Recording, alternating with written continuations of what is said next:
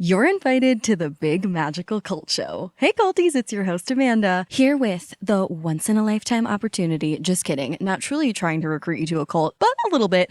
All to say, I am going on a live tour extravaganza this April to celebrate my new book, The Age of Magical Overthinking, as well as all things culty. This tour is a little bit star-studded. It features special guests, including the actress Pauline Chalamet, podcaster extraordinaires Kelsey from Normal Gossip, and Kira and Griff from Petty Crimes. There's gonna be drag performances, musical guests, merch, libations, meet and greets, Q&As, and so much more. I so hope to see you there. You can get tickets now at the links in our show notes, at our bio link on Instagram at SoundsLikeACultPod, or at amandamontel.com/events. Helix is the maker of my favorite mattress, and by supporting Helix, Helix will support your back. Helix is offering 20% off all mattress orders and 2 free pillows for our listeners. Go to helixsleep.com/cult and use code HelixPartner20. This is their best offer yet, and it won't last long. With Helix, better sleep starts now. Factor's delicious, ready-to-eat meals make eating better every day easy. Head to factormeals.com/cult50 and use code cult50 to get 50% off.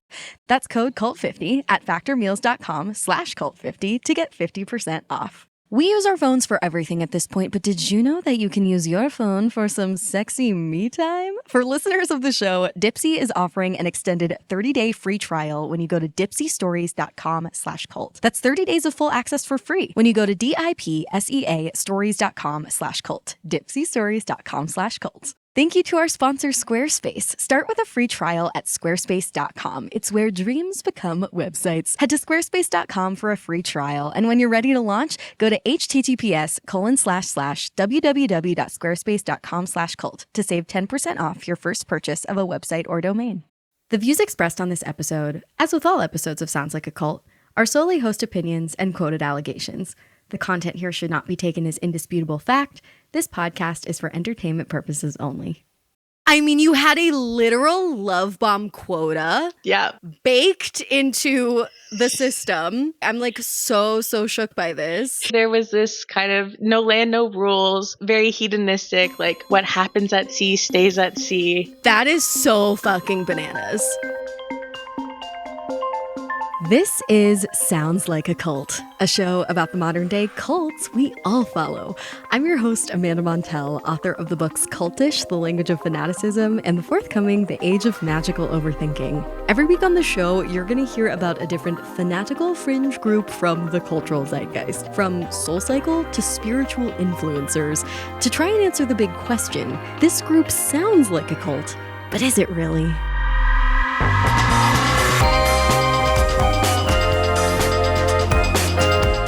And if so, which of our cult categories does it fall into? A live your life, a watch your back, or a get the fuck out level cult? After all, the word cult is up to interpretation. It is my personal belief that we are living through the most cultish era of all time. My loves, my culties. In 2024, you could slip and fall into a cult from the comfort of your couch, scrolling through Instagram, perusing Reddit, or going on vacation. That's right, we are doing the highly listener requested cult of cruise ships today. I am so fucking pumped, and I'm interviewing a listener. This is something that I have always wanted to do. I've always wanted to involve you culties into more of the process of making this show, to really turn Sounds Like a Cult into the proper cult it's always been meant to be. I'm kidding. But yeah, the way that this episode topic came into the picture was I had posted a call for episode topic suggestions at the end of last year. Of course, you listeners are always welcome to email us at soundslikeacultpod to recommend episode topics. We do look at those, and then we'll like explicitly request your ideas on Instagram every so often.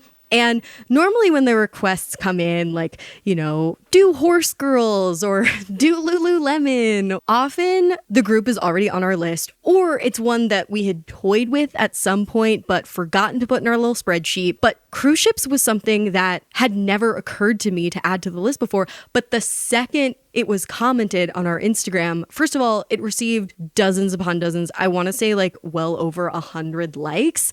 And the second it was posted, I was like, oh my God, that is A literal genius suggestion, because much like the cult of Disney adults, there tends to be a pretty strong stereotype out there of who tends to cruise. You know, I think of sunburn. I think of matching neon t-shirts, maybe printed with some kind of pun featuring the name of the family who's all cruising together.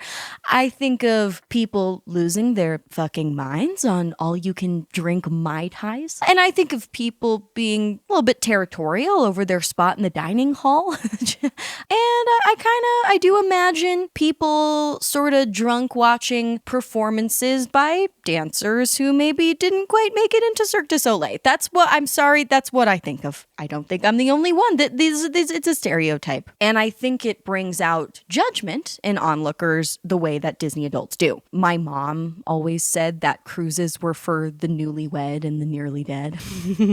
And it always just seemed culty to me because it's like a floating capitalist consumerist compound where you literally can't leave because you're in the middle of the ocean surrounded by people who might have E. coli. But people swear by them. So I couldn't wait to dive in.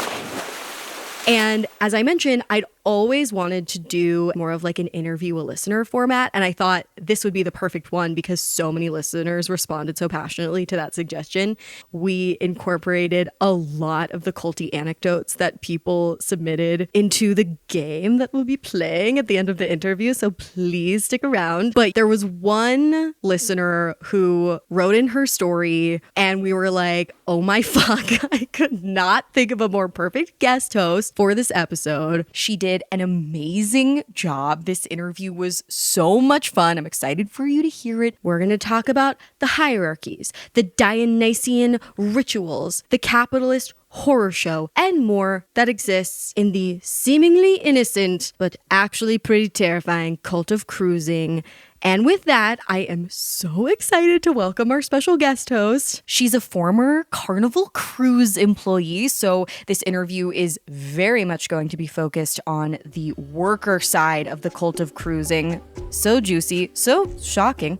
She escaped the cult of cruises and is now in the cult of academia, pursuing her master's degree in folklore. So cool. Please give a round of applause in your room or car all by yourself to Sounds Like a Cult listener, Emmy. Actually, wait, before I can allow this episode to continue, I just want to invite you one more time to my live tour this April in New York and Philly and Boston because it is just gonna be such a fucking party with culty gossip, so extra spicy. You're not gonna want to miss it. If you want to giggle and drink cute drinks and meet some of your favorite podcasters and celebrate my new book with me, get your tickets right now at the link in my show notes. Okay, on to this episode. Love you, love you, love you. Thank you. Bye.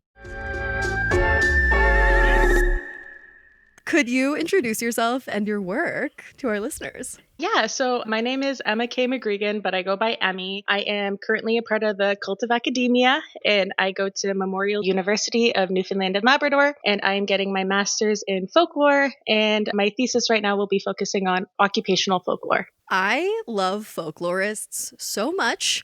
I didn't really know what they were until I decided that I needed to interview a couple of them for the book that I just finished writing. It's so fun and so much bigger than I think the term folklore gives it credit. I know. I think you think of literally like Taylor Swift album, Long Braids. Yes. Cabin in the Woods, which we also love. But like it's the study of cultural tradition and storytelling and frameworks. Okay, before we get into today's topic, I just want to ask, what is your relationship to Sounds Like a Cult? Like, oh no, I can't tell you the truth. Tell me the truth. Yeah, I've been listening to Sounds Like a Cult since early days. I actually heard your promo on Two Hot Takes, and I think I hopped on maybe the third episode, and I've truly listened to every episode. Wow, thanks. No, it was so funny because my brother always makes fun of me because I'm like, oh, did you know this was on Sounds Like a Cult? He's like, not everything's a cult. I'm like, no, it is. And every time he's like, you're just obsessed with cults. I'm like, no, it's because they're everywhere. Yeah, unfortunately, like absolutely a lover of the podcast. Thank you so much. Listen, like there are still, I see people being mad about the baseline premise of the show, which I understand. It's a tricky line that this show toes, not to use boating terminology, but we are joking. This is like one big cheeky melodramatic bit.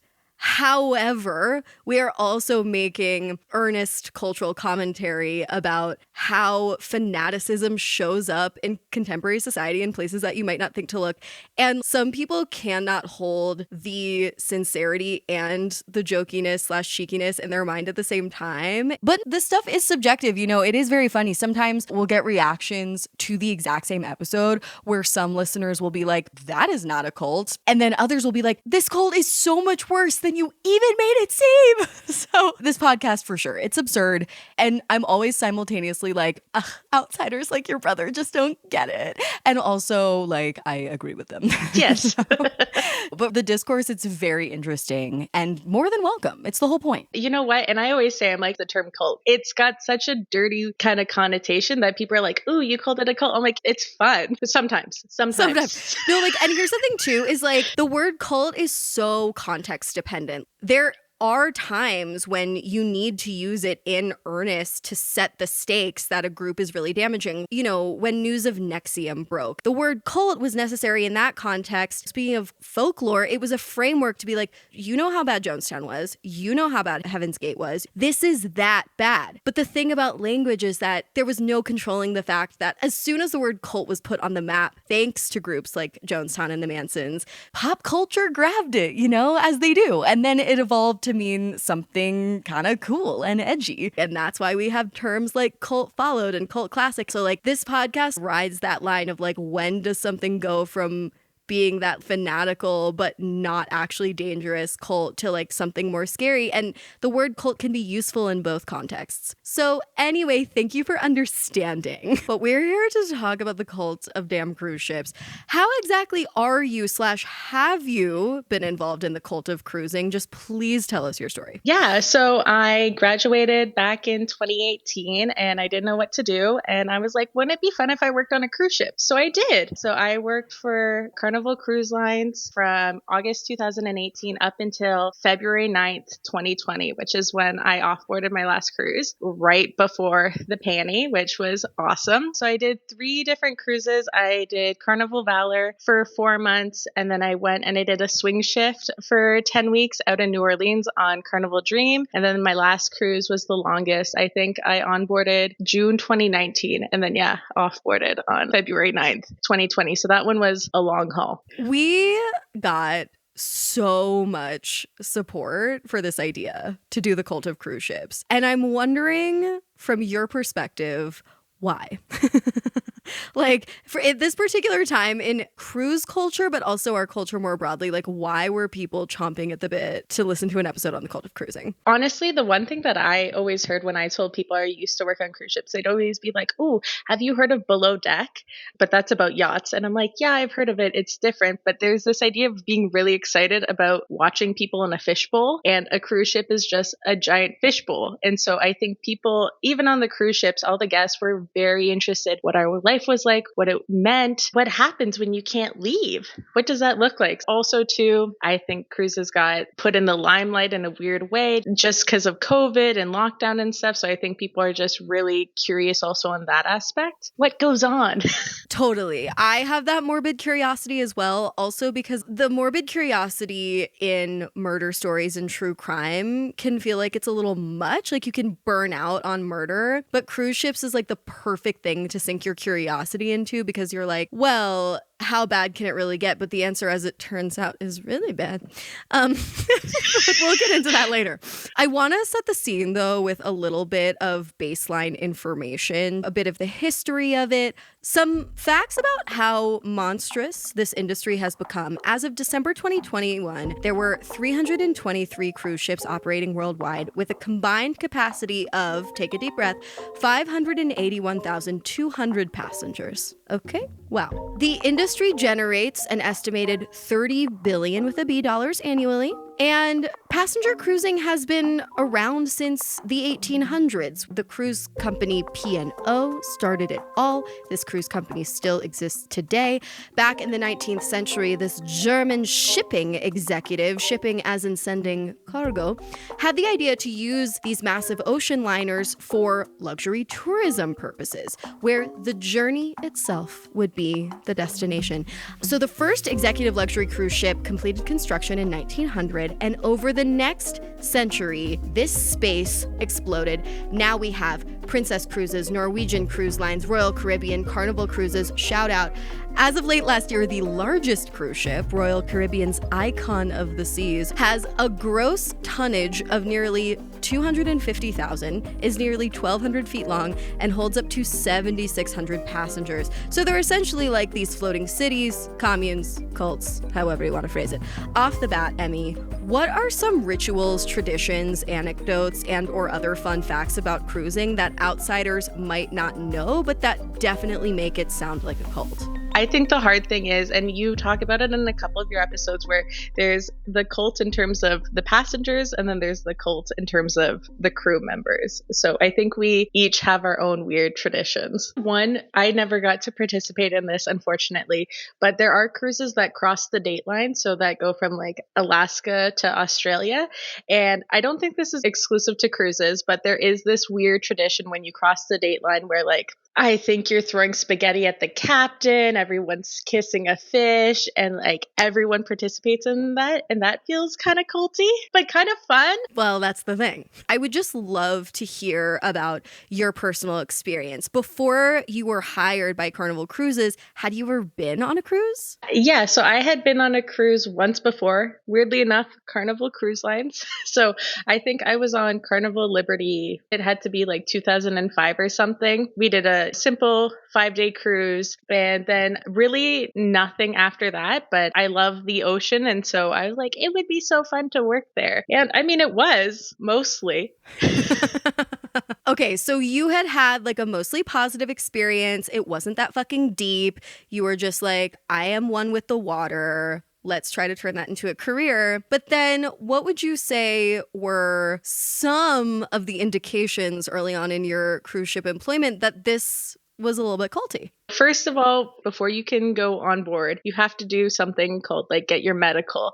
And I, as a Canadian citizen, free healthcare, had to drop $1,000. And it was basically this laundry list of medical examinations that I had to go through. One of the things I had to get was like a mammogram, but I was 22 at the time. And so my doctor was like, no, we're not doing this. I got a list of medical conditions I wasn't allowed to have, like anxiety, depression, diabetes was also on the list. It was lengthy. I am an anxious girly, but I was like, can't tell them that. Otherwise, I don't get the job. On the medical too, you had to get like all your STIs checked off because they were very open. They're like, yeah, this is a puppy pet. Wait, what? They were like, you will be fucking on board, so we better make sure you're clean. Was that the implication? Yes, that was exactly the implication.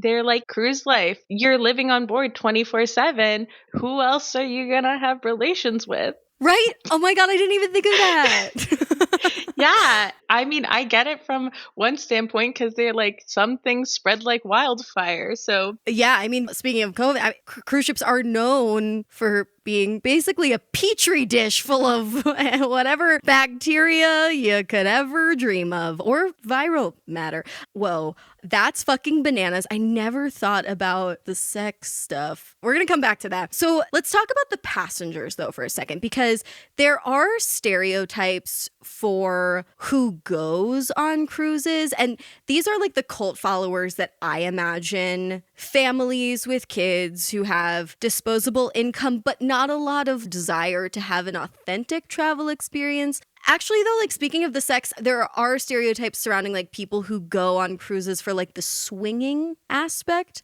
As someone who trafficked in these waters, what do you think passengers find alluring about cruising? What makes them seek this out above any other kind of vacation? We used to joke that you would know exactly the kind of people that you would see at port depending on what cruise ships were docked. So for example, Carnival Cruise Lines, it's families. That's who they're marketed to. That's who you're getting. Royal Caribbean, your yuppies are going to be on there. Something like Norwegian, over 55, without a doubt.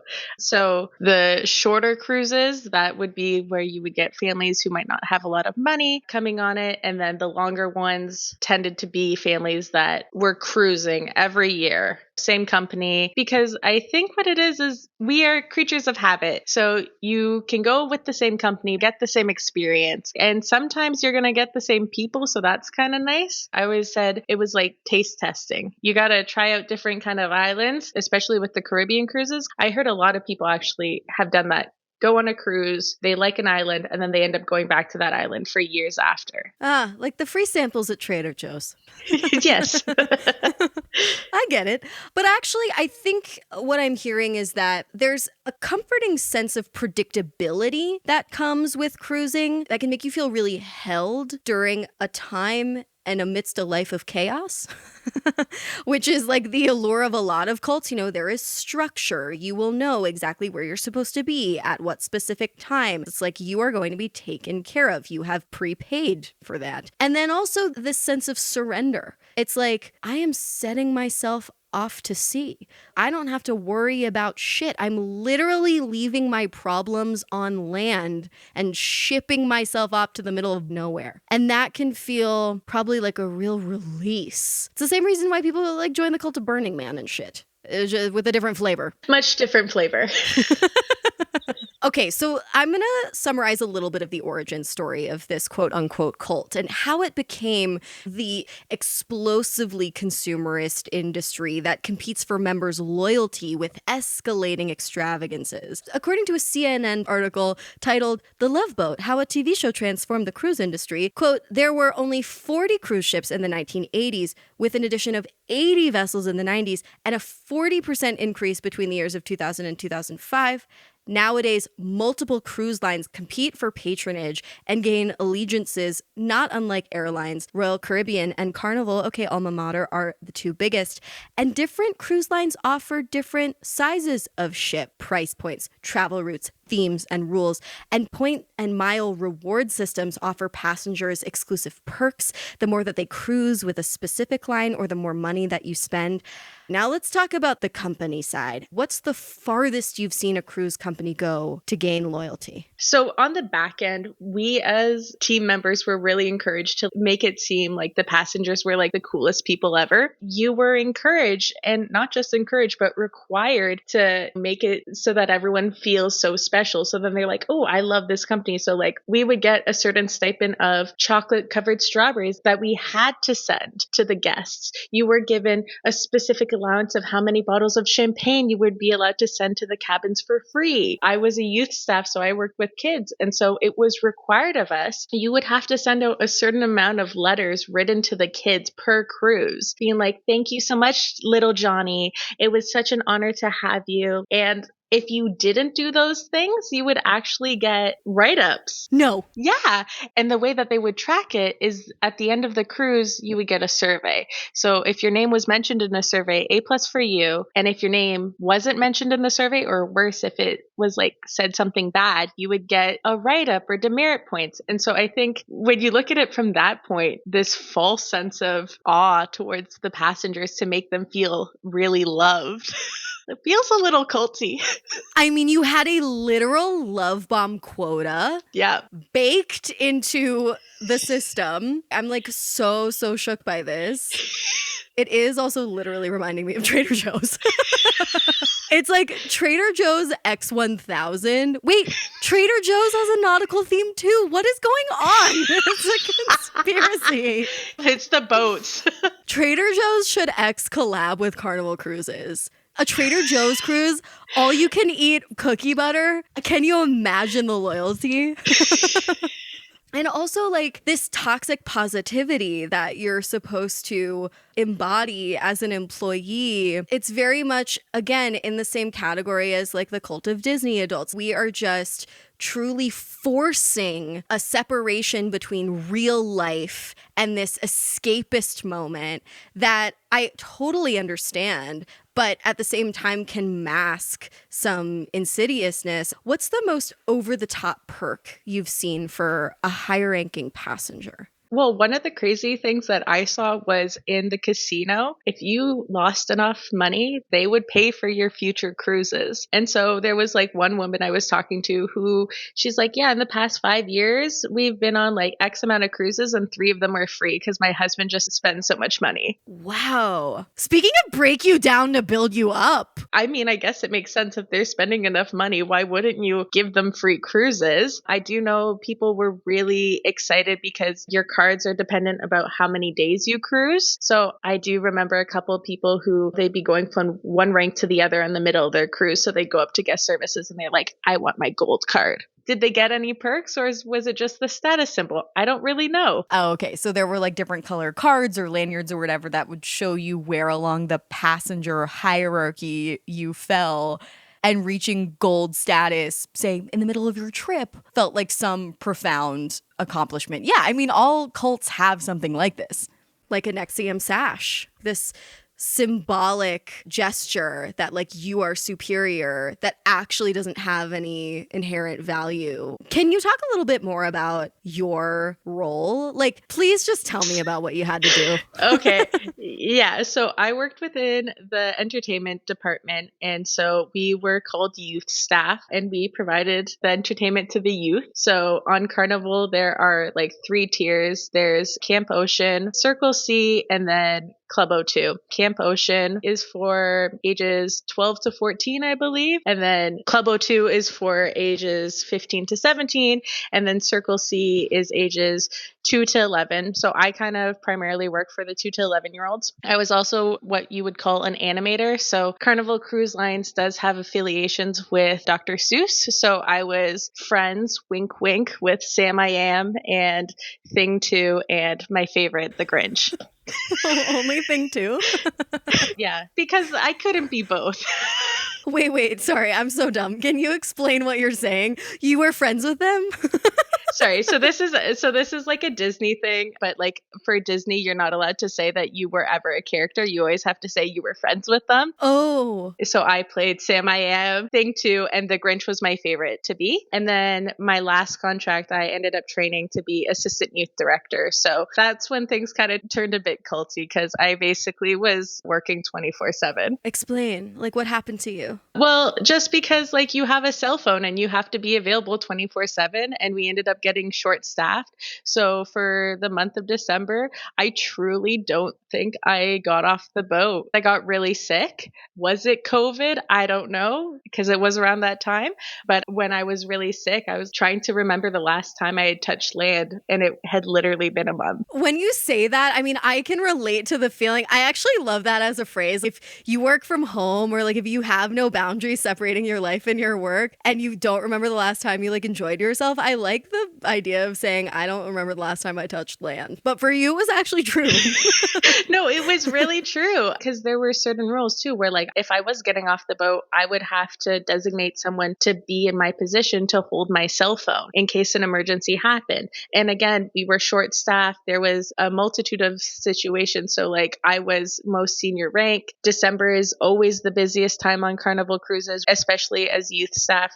We double the size of kids. It sounds like a lowercase t trauma. Well, this is the thing is I think there's a lot of stuff in hindsight where like, you know, just getting ready for this episode, I was looking back on, I was like, oh, I forgot about that because it was tucked away somewhere far. Well, and also like when your nervous system is bombarded with too much shit to even process, and this is what classic cults do too, they just overwhelm your system. They colonize all of your time with tasks, chaos, rituals that don't make sense and then you don't even have time to question. You're just running on fumes to the point where like it's not that you block out the memories of like every individual exploitative event, it's that you weren't able to even catalog the memory in the first place because of the onslaught. And that's a way that cults retain their followers a lot of the time is just like, you don't have a second to fucking process. No, you really don't. Like, one of the craziest things about it is like, you're not allowed to have a day off. It's against the rules.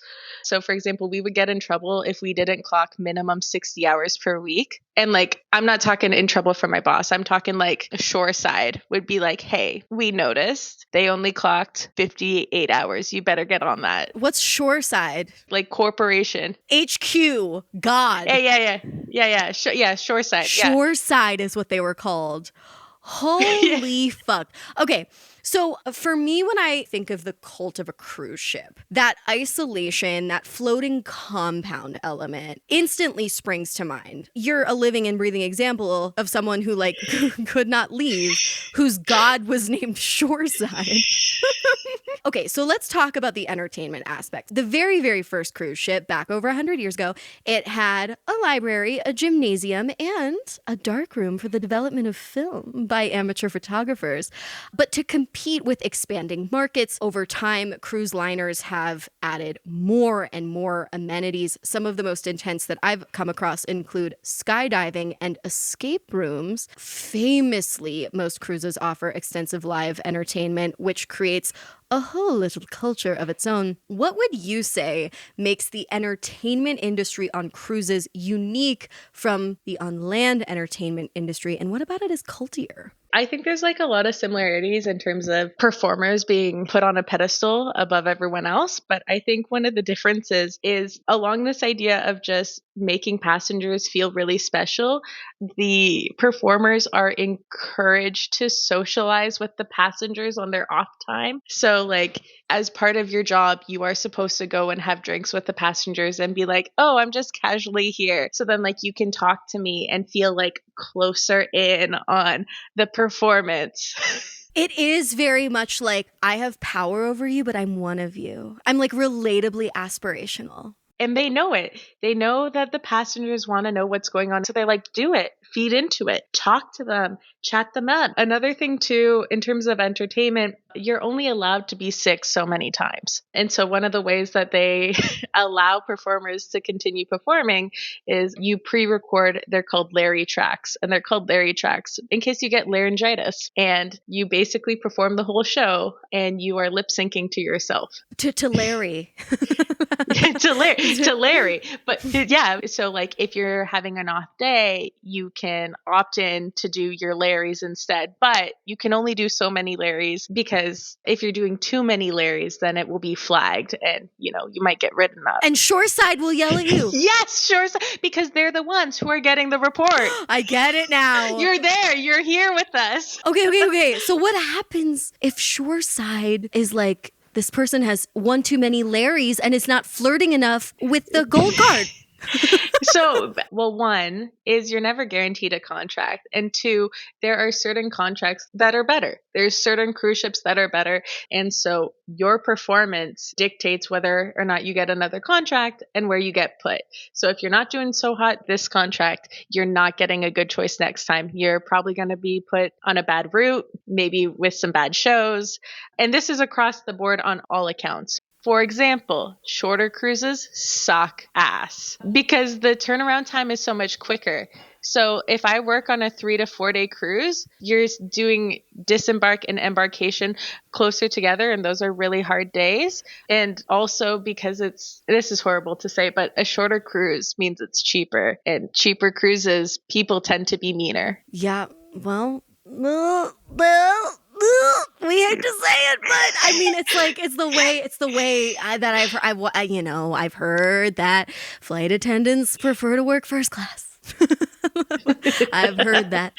You know, I'm recalling I must have been high. I once, upon consuming an edible, watched a long YouTube video just about how to park a cruise ship in the dock. Because it's like a whole 3-day planning period to figure out how to fit that city on water into that little tiny area. Like the planet Earth was not built to accommodate a vessel that large. So like parking it alone, it's just insane is I guess the point. Or no, the point is cruise ships like in a way shouldn't exist.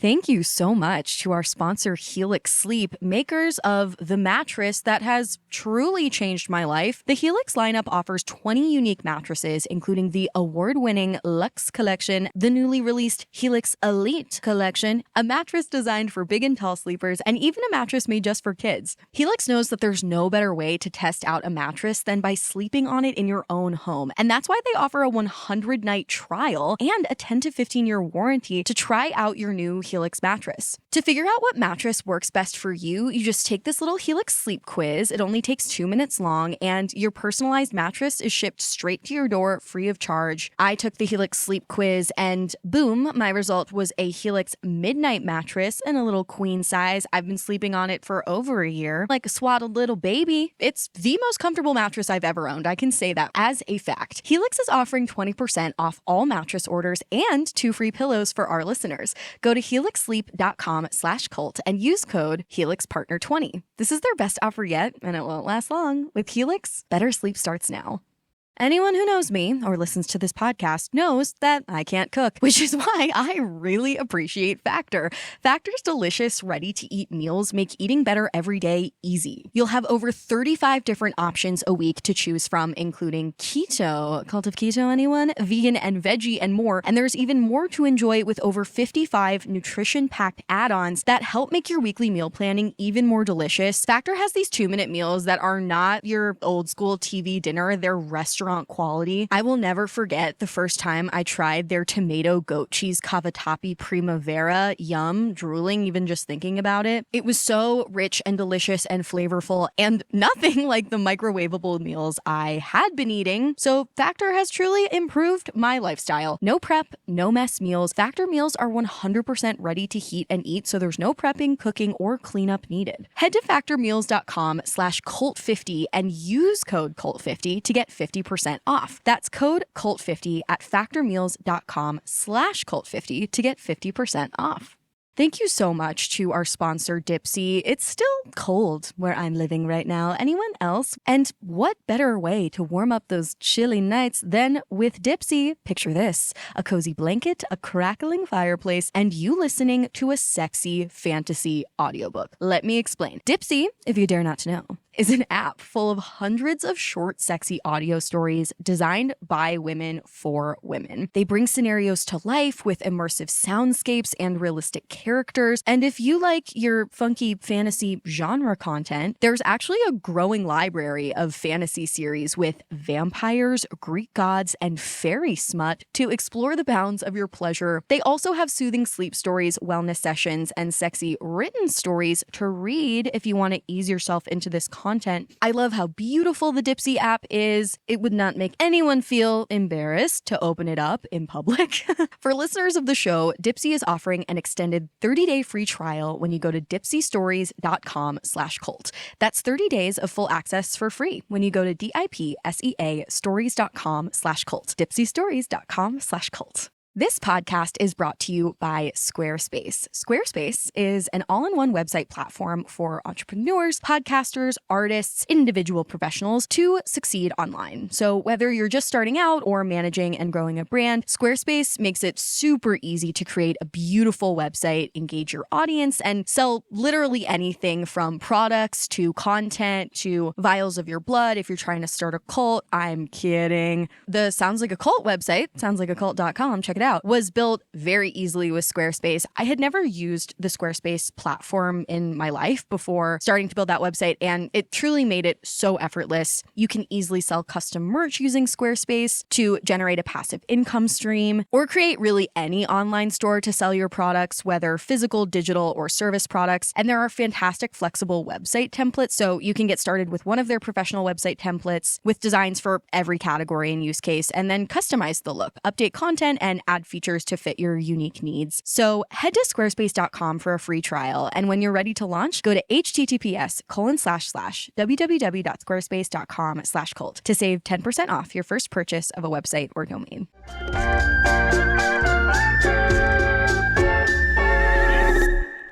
So I want to talk more about the hierarchy that exists within employees. So I was learning that cruise ships have a super complex employment structure with multiple mini branches and hierarchies within it. Top of the top, of course, is, well, it sounds like it's shoreside, but top of the top on the cruise itself is the captain. And then you have the staff who can be divided into like officers who handle the business and the boaty things, and the staff who manage hospitality, and the crew, aka support staff.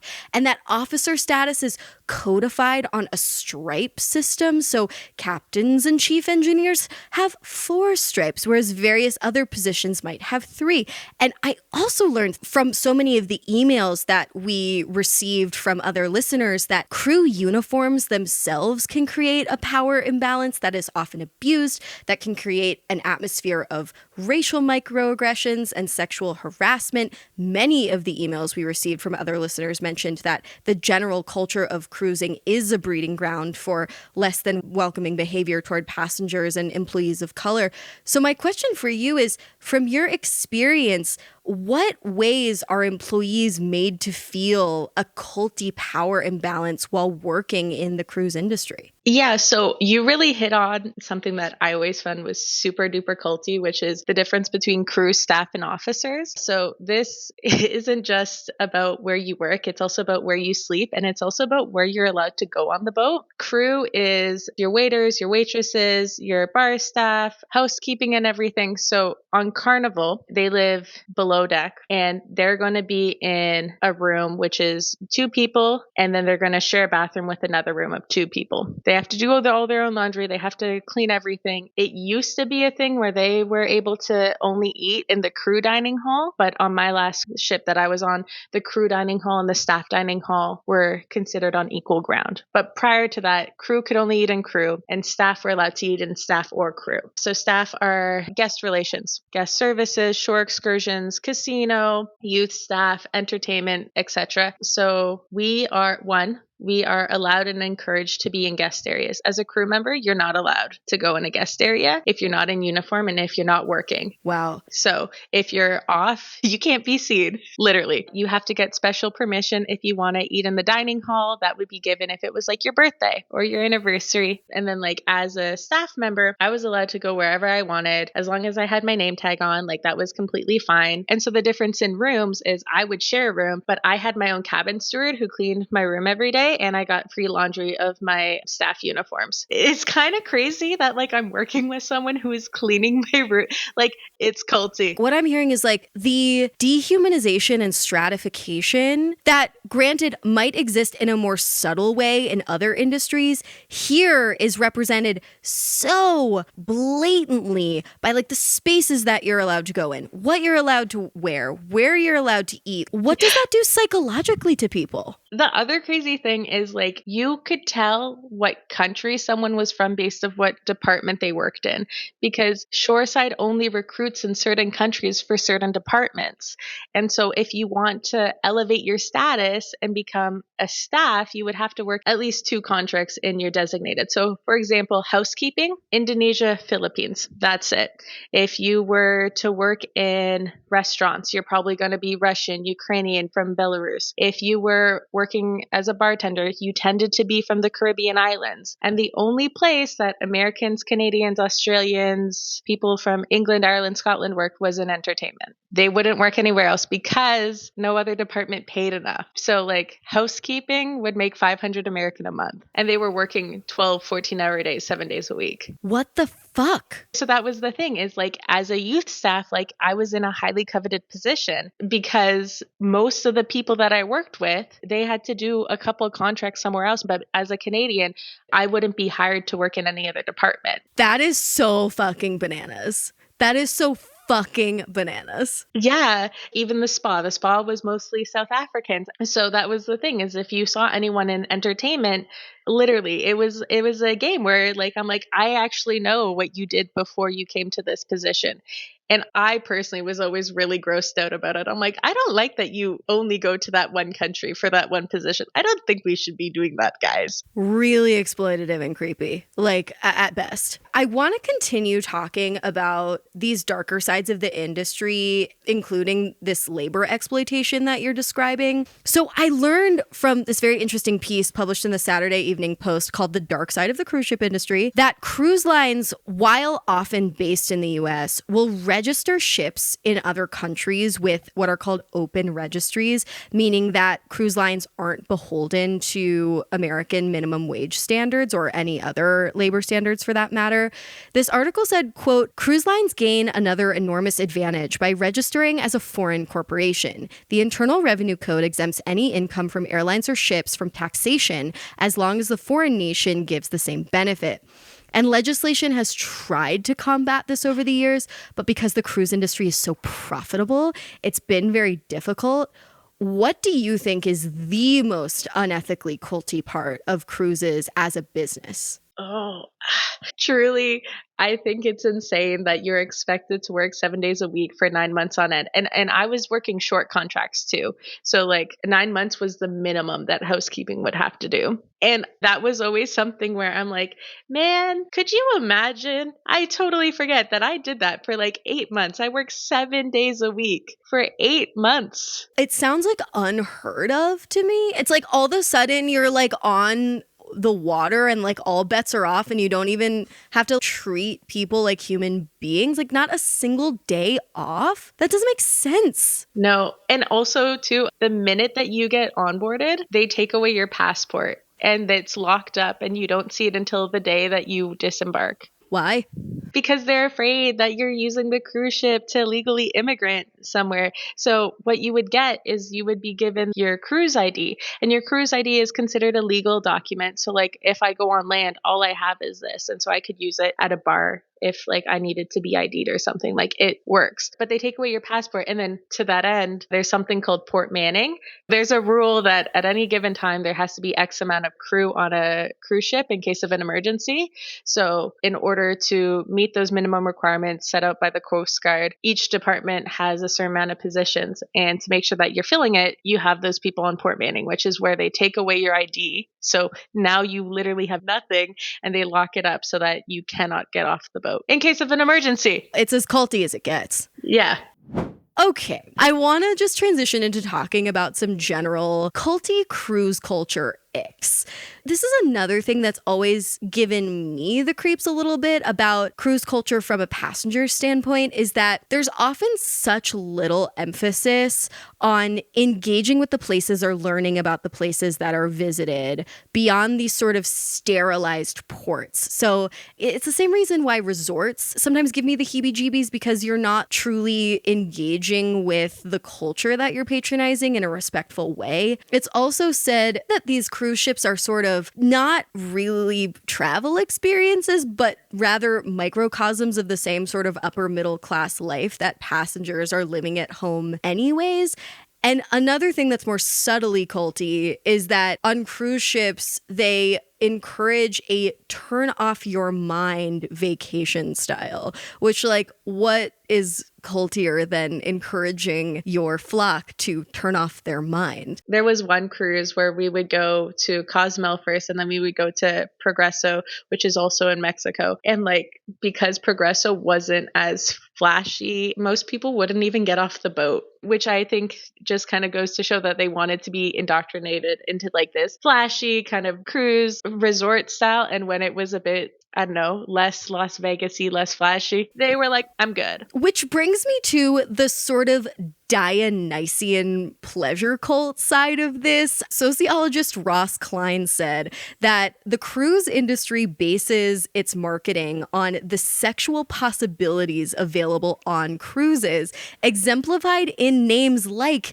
the Allure of the Seas, Carnival Ecstasy, Island Escape, Carnival Fantasy, etc. And on the more adult-catered cruises, there is this hedonistic party culture that can encourage people to shed their normal standards. Something I've found remarkable, just anecdotally from hearing about people's cruise experiences, is that they often lure you into purchasing these all-you-can-drink alcohol packages where you're basically drunk and compromised the whole time in an attempt to get your money's worth.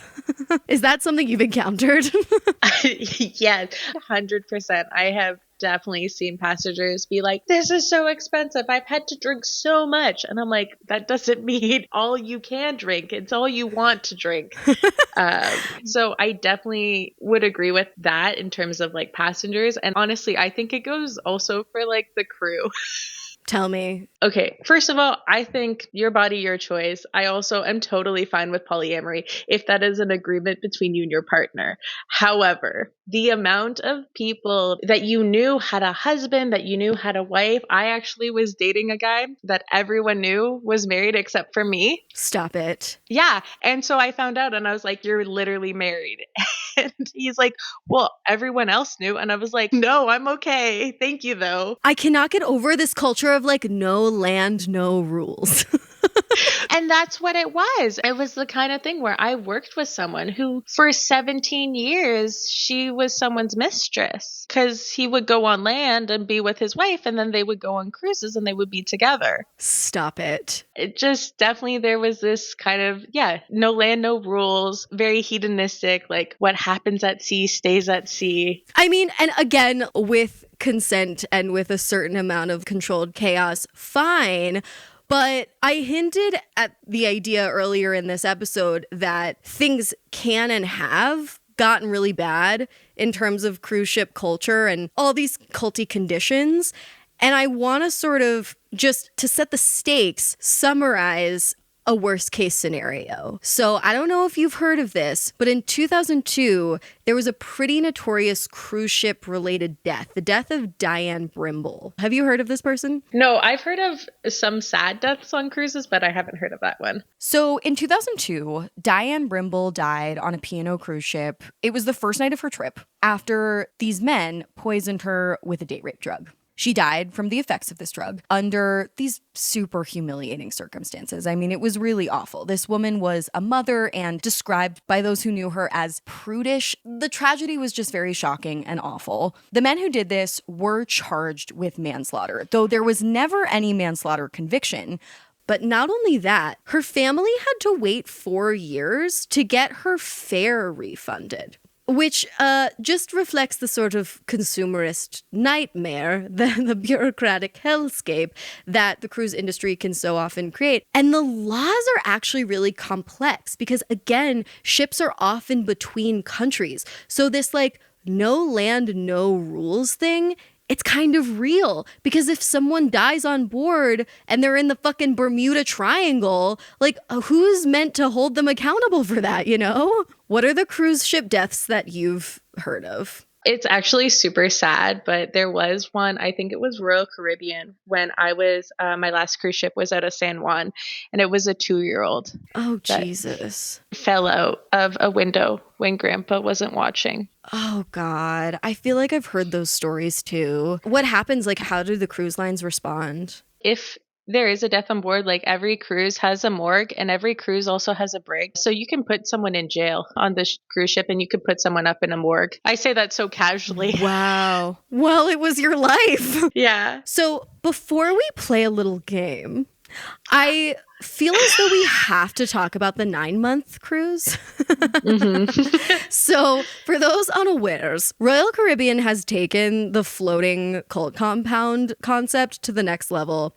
There is a 9-month cruise. It's called the Royal Caribbean Ultimate World Cruise. It's gotten kind of TikTok famous. It set sail December 10th of 2023. It will be at sea for 274 nights and is expected to return to Miami on September 10th of this year. And ticket prices range from between $53,999 to over $117,000 per person. There's already, of course, been a COVID outbreak and a host of other issues. The first scheduled port was canceled. There's been flooding on deck. Here's my favorite. Some passengers have started a TikTok reality show called The Ultimate Real World Cruise. One of these TikTokers said, "Our people at dinner are like family already." So people are really bonding. Do you think the 9-month cruise will emerge as a cult of its own? When I heard of it, I'm like, yeah, it makes sense because people can work from home now. Why don't you just work on a cruise, especially with like the housing market the way it is? But the thing is, this has kind of been going on for years in terms of, I don't know the exact company, but I've heard tell of people who instead of retiring actually just live on cruise ships because it's cheaper than going to a retirement home. That whole attitude toward cruising just reflects like how unsustainable American life is in general. It's like when a system is broken, you join a cult. And here's the cruise industry ready to be that cult. Yeah, so I don't know. Unfortunately, I'm like, yeah, I get it. Literally, I really do get wanting to live on a cruise ship. I did it for 2 years.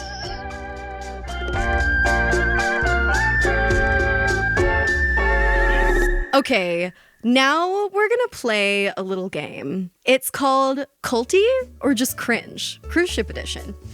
The premise is the following. I'm going to read you a sequence of anecdotes that other listeners emailed in about their experiences on a cruise, whether they stayed on one or were working on one. And there's no way to lose this game, but your task is to determine if these moments are culty or just cringe. Okay. A listener named Sarah, hello, said that she went on a social impact cruise with Carnival in 2015.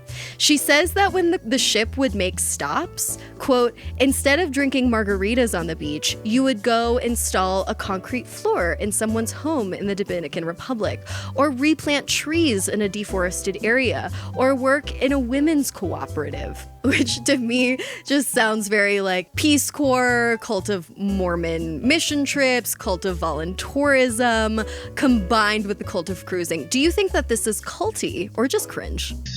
Like, it's culty, but like, unfortunately, I totally did one of those things for work. Like, we got off and we gave Christmas presents to like a school, and there were options for guests on certain ports to do outreach work instead of doing a shore excursion. So I'm like, that makes sense. It's very volunteerism, which is culty. Oh my God. It's culty. It's like this cruise will save you and this cruise is saving the world. Yes, exactly. Okay, number 2, culty or just cringe. Several listeners noted that passengers on cruise ships all wear matching t-shirts a la Disneyland all the time for any reason. Shirt sayings might include, oh ship, it's a family trip. That's one shirt slogan that was literally sent in by a listener, and Royal Caribbean crew member named Jonathan. So thank you very much. Those t-shirts, are they culty or just cringe? I just think they're cringe. I think they're kind of fun. Also, it's really useful. Like, we've had families do that, and I'd be like, man, I know who your mom is. I'm going to go find her. So I'm actually here for it. It's a tactic we use to not lose children. And if you don't want to lose your husband, I respect that. I think it's just cringe as well. Number 3, a listener named Emily said that at her semester at sea, which is like study abroad, basically on a cruise, she had to deal with dock time. If you were late getting back to the ship by the required time, you would have to spend X number of hours on the ship at the next port, 1 hour of dock time for every 15 minutes late. She said, one night I had trouble finding the ship access. I ended up at the industrial port instead of the passenger port and had 6 hours of dock time in the next spot. Dock time, culty or just cringe? Culty? But also, I'm so glad they waited for her, because they told us regularly they would not wait for us or passengers. They'd just leave. The threats! Okay, this is summarizing like a general point that I'm getting, which is like the system of rewards and punishments is very, very culty within cruises. Okay, next one, culty or just cringe. Listener and cruise ship entertainer Jeannie said, you date guys you would never in real life, partially because they are also shippies, and you have so much in common / lots of mutual understanding that's very specific to ship life. You feel like your non-ship friends just don't get you, how you live, what you go through. Many shippies marry each other. That's how I met my husband. Culty or just cringe? No, it's culty. And this is kind of the exit cost of leaving. Like if you are in a relationship with someone who's on a cruise ship, especially if you're from different countries, it's really difficult for some people to get visas. So you stay on cruise ships to stay with your partner. I was going to say that's a great point in terms of exit costs, because I was like, well, you get off the ship, you move on with your life. But like if your whole life has been constructed around this culture, now you're kind of in for life. Yeah. Okay, last one, culty or just cringe. Listener Jen says of some of the fellow passengers on a cruise out of England she went on, quote, "These people take 2 to 3 cruises a year to avoid going home to the high cost of oil and utilities in Britain. The wonderful staff become like nurses' aides who know the phone numbers of the customers' children, especially the ones that get too drunk and often have mishaps." Culty or just cringe, staying on this ship and building a whole life to avoid the challenges of real life. It's kind of both. Yeah. Like it is culty, but also life is expensive. So it's kind of giving like rich sugar baby. For sure. Oh my God, Emmy, thank you so much for doing this interview and for participating in Culty or Just Cringe. Now we have arrived at our culty verdict, where I ask the ultimate question. Out of our 3 cult categories, a live your life, a watch your back, and a get the fuck out, which one do you think the cult of cruises falls into? Honestly, I really think it's a watch your back. I loved working on the cruises, and I loved that I don't work on them anymore. And I am thankful for those 2 years. Like it was a really sick lifestyle, but also the one thing I will tell people is you have to be a very specific person, and you need to be okay that you are that kind of a person. And if you're not that kind of person, get the fuck out. Fair. I love that. You're like, I am not a victim, but I will not be going back. Yeah, exactly. Simple. Yeah, I agree. It's definitely a watch your back. It's like so not for me. The whole thing I find infinitely cringe. But that doesn't mean it's a get the fuck out just because I feel judgy about it. I think I agree. I think it is a watch your back. It's like for the passengers, almost a live your life level, you know? Honestly, like if you can afford it, I would say, yeah, it's pretty live your life. The only thing is I'm like, be aware that, you know, this is curated towards you. As much as you think your housekeeper loves you, they also just want the tip. Yeah. Okay. Never mind. I retract and I replace my answer. I actually think that the whole damn thing is a watch your back. Holy shit. Well, that's our show. Thanks so much for listening. Stick around for a new cult next week, but in the meantime, stay culty. But not too culty.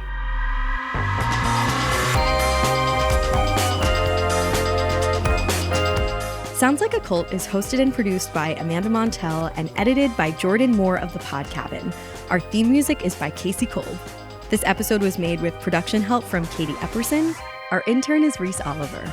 Thank you as well to our partner, All Things Comedy. And if you like the show, please feel free to check out my books, Word Slut, A Feminist Guide to Taking Back the English Language, Cultish, The Language of Fanaticism, and the forthcoming The Age of Magical Overthinking, Notes on Modern Irrationality. If you're a fan of Sounds Like a Cult, I would really appreciate it if you'd leave a rating and review on Apple Podcasts.